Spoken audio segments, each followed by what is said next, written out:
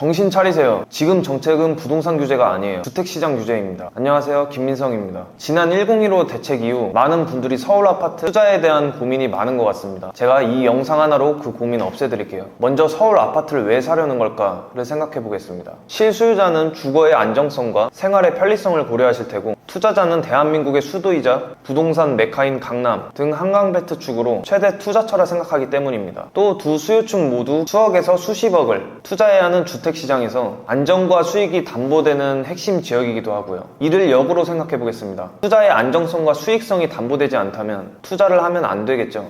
왜 서울 아파트를 지금 사면 떼가리 소리를 듣는지 4가지 팩트로만 전달하겠습니다. 첫 번째, 서울 아파트 거래금지 규제입니다. 서울 전 지역을 토지거래 허가구역으로 묶으면서 2026년 12월 31일까지 서울 전 지역의 아파트 거래 자체를 금지시켰습니다. 내 집을 사는데 국가의 허가를 받아라? 주택을 구입한 자금의 출처를 소명하라? 이게 토거구의 골자인데 누가 집을 살까요? 지난 10월 15일 주택 안정화 대책의 가장 중요한 포인트가 바로 거래 제한입니다. 일단 다른 모든 걸 제쳐두고 아파트 거래를 제한한다면 수요와 공급의 원리로 오르는 주택시장에선 가장 큰 타격일 수밖에 없습니다. 이제 막 시작 단계일 뿐인데 강남 일대 및 한강벨트 외의 지역은 이미 매매 거래가 90% 이상이 하락한 지역이 속출하고 있습니다. 시간이 흐르면 흐를수록 비강남권을 넘어 강남을 위시한 한강벨트에서도 일어날 겁니다. 두 번째는 세금 폭탄. 투기 수요를 막기 위해 발표한 부동산 대책인 만큼 투기자들의 매매 자체를 제한하고 거기에 양도세 등 세금을 최고로 징수하여 수익의 50% 이상을 환수하게 되죠. 서울 아파트 투자 매력을 원천 차단한다는 것입니다. 아무리 가격이 오르면 뭘 하겠습니까? 세금으로 50~60%를 넘게 내야 한다면 투자 메리트는 상실되고 다른 지역이나 다른 부동산 상품들로 눈을 돌리게 만드므로 서울 아파트 투자 수요가 자연스레 줄어들겠죠. 세금 부분을 살펴보면 먼저 아파트를 소유할 때 실수요자 외에 2주택자 이상, 즉 다주택자는 취득세가 8에서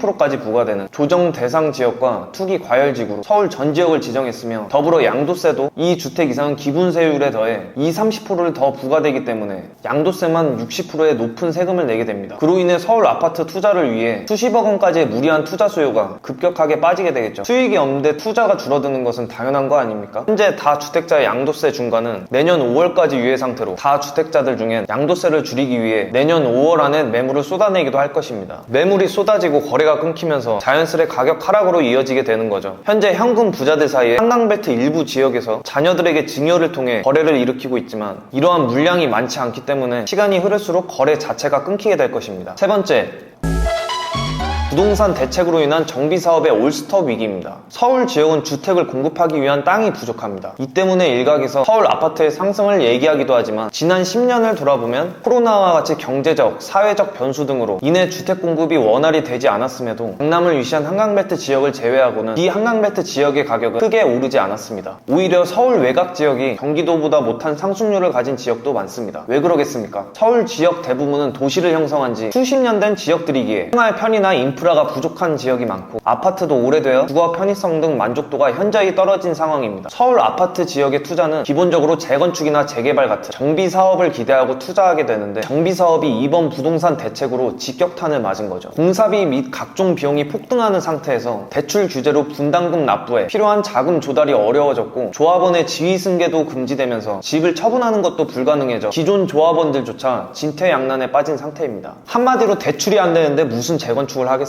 서울 아파트가 재건축이나 재개발을 할 수 없다면 무슨 투자 메리트가 있을까요? 그렇지 않아도 재건축 재개발은 10여 년 이상 걸리는 장기 사업인데 이번 대책으로 정비 사업에 브레이크가 걸린다면 그 시간은 누구도 장담할 수 없게 됩니다. 더불어 이번 정권에서 통과시킨 노란봉투법으로 공사 현장에서 파업이나 쟁의가 많이 일어날 것으로 보이는데, 이미 며칠 전에도 민노총이 자기 마음대로 쿠팡 새벽 배송을 금지시키자고 해서 많은 문제를 야기시키고 있는 상태입니다. 이런 파업과 쟁의의 현상은 건설 현장에서도 일어날 것이며, 중대재해처벌법의 시행으로 공사 중 사고가 발생하기라도 한다면 그 정비사업은 아예 공사를 할 수 없게 됩니다. 따라서 서울 정비사업이 멈추거나 기약 없는 기간이 된다면 서울 아파트 투자의 수요는 급격히 빠지면서 다른 대체 부동산으로 눈을 돌릴 확률이 높겠죠. 이처럼 서울 아파트의 미래가 불투명한 상태로 거래부터 대출, 세금까지 빈틈없이 꽉 막힌 상태이며, 서울 아파트 하면 먼저 떠오르는 재건축, 재개발 등 정비 사업까지 각종 규제의 직격탄을 맞고 있습니다. 부동산 투자 투자해서 서울 아파트에 이상의 투자처는 정말 없을까요? 일반적인 투자자들은 아파트에만 너무 목매어 영끌식 투자를 하시는데 이것을 알고 보면 가슴이 아프죠. 그렇다면 지금 서울 아파트를 사지 말아야 할 이유가 규제뿐일까요? 이어서 바로 네 번째는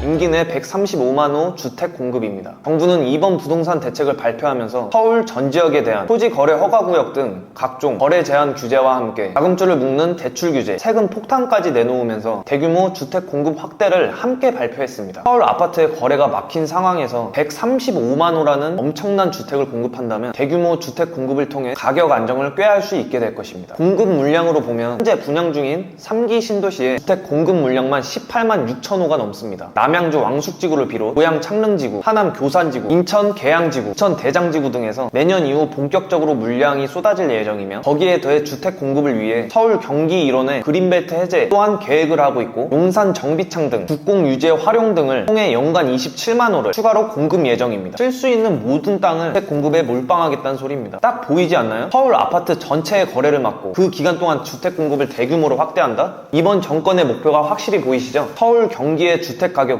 무슨 수를 쓰든 끌어내리겠다는 일념. 지난 11월 5일 김용범 대통령실 정책실장도 인터뷰에서 말했습니다. 주택 가격 안정을 위해 필사적으로 주택을 공급하겠다고 하여 엄청난 이슈가 터졌죠. 이번 정권의 수도권 주택 공급에 승부수를 걸겠다며 미군기지 반환부지를 활용해 대규모 주택을 공급하겠다고 발표했습니다. 미군기지 반환부지는 그 면적만 3,400만 평으로 여의도 면적의 약 40배에 달하고 수치상으로는 주택 공급의 300만 가구를 할 수 있는 엄청난 규모의 면적이죠. 여의도 40배의 면적에 주택이 공급된다면 어떤 일이 발생할까요? 주택이 넘쳐날 수는 있겠죠. 물론 전체 부지에 몽땅 주택을 지을 수는 없습니다. 그러나 이번 발표로 주택 공급 차원에서 대규모 물량을 쏟아낼 수 있을 것이란 부분에서는 어느 정도 수긍이 갈 수밖에 없죠. 이처럼 이번 정권 들어서 주택 가격 안정에 대한 정책 기조는 쭉 이어질 것으로 보입니다. 서울 가격의 아파트 안정에 대한 규제도 단발성이 아닌 정권 내내 이루어질 수 있을 것이라고 본다면 진짜 실수요 외에 투자로서의 서울 아파트는 그 매력이 떨어진다고 볼 수 있습니다.